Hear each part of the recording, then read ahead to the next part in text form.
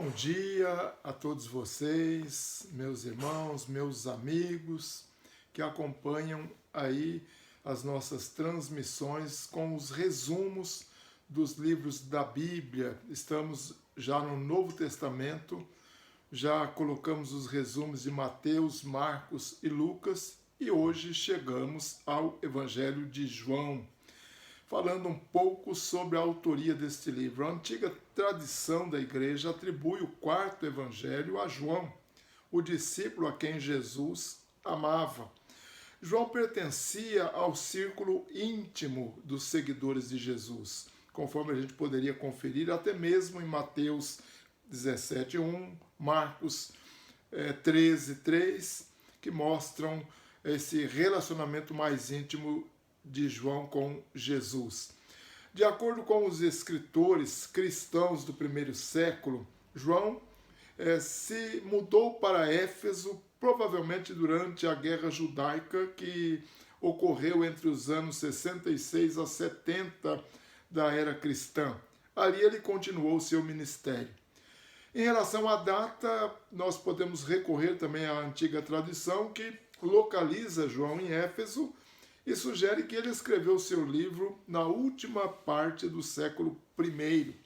Na falta de provas substanciais do conteúdo, a maioria dos eruditos acredita nessa tradição.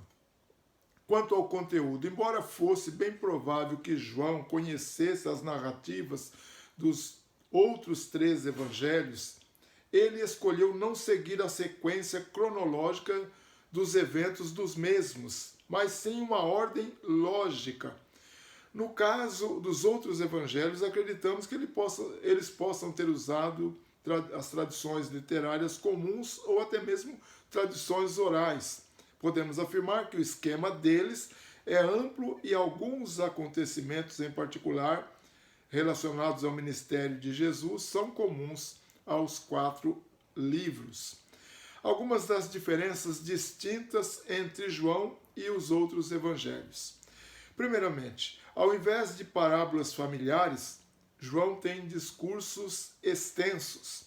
Segundo, em lugar dos muitos milagres e as curas dos sinóticos, João usa 7 milagres cuidadosamente escolhidos a dedo que servem, no seu dizer, como sinais. Terceiro, o ministério de Jesus gira em torno das 3 festas da Páscoa, ao invés de uma, conforme citado nos sinóticos.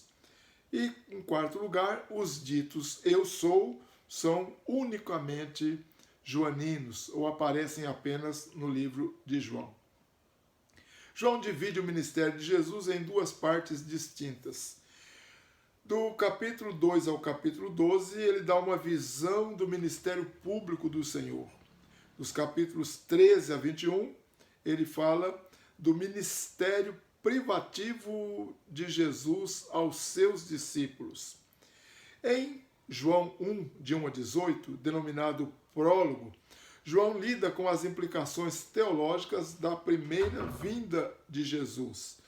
Ele mostra o estado pré-existente do Senhor com Deus o Pai, a sua divindade e essência, bem como a sua encarnação, falando um pouco sobre o Cristo revelado. O livro apresenta Jesus como o único filho gerado por Deus que se tornou carne.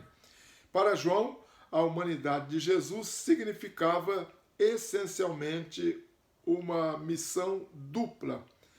Primeiro, como Cordeiro de Deus, ele buscou a redenção da humanidade, conforme capítulo 1, versículo 29. Segundo, através de sua vida e ministério, ele revelou o Pai. Cristo se colocou coerentemente além de si mesmo perante o Pai que o havia enviado e a quem ele buscava glorificar.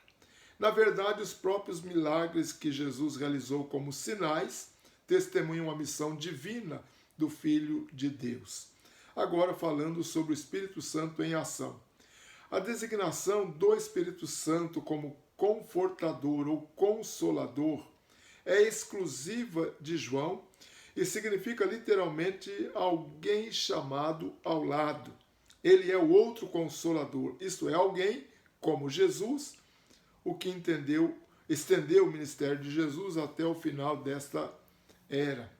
Seria um grave erro, entretanto, compreender o objetivo do Espírito Santo apenas em termos daquelas situações um tanto difíceis. Ao contrário, João demonstra que o papel dele abrange cada faceta da nossa vida. Em relação ao mundo exterior de Cristo, ele trabalha como agente que convence o mundo do pecado, da justiça e do juízo, conforme registra o capítulo 16, de 8 a 11. A experiência de ser nascido no Espírito descreve o novo nascimento, capítulo 3, versículo 6, que, de uma certa forma, abrange todos aqueles que receberam Cristo Jesus como Senhor da sua vida. Como, em essência, Deus é Espírito, aqueles que o adoram devem fazê-lo espiritualmente. Isto é, conforme comandado e motivado pelo Espírito Santo.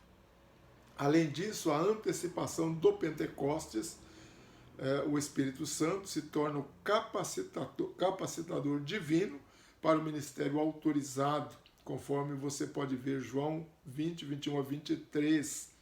João revela a função do Espírito Santo em continuar a obra de Jesus, guiando os filhos de Deus a um entendimento dos significados, implicações e imperativos do Evangelho, os capacitando a realizar obras maiores do que aquelas que foram realizadas por Jesus. Podemos ver isso em 14, 12.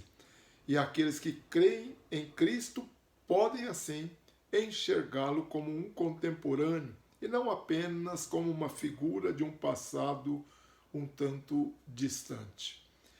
Deus esteja com vocês, os abençoando, derramando sua graça e misericórdia. Assim concluímos as nossas breves considerações do Evangelho de João.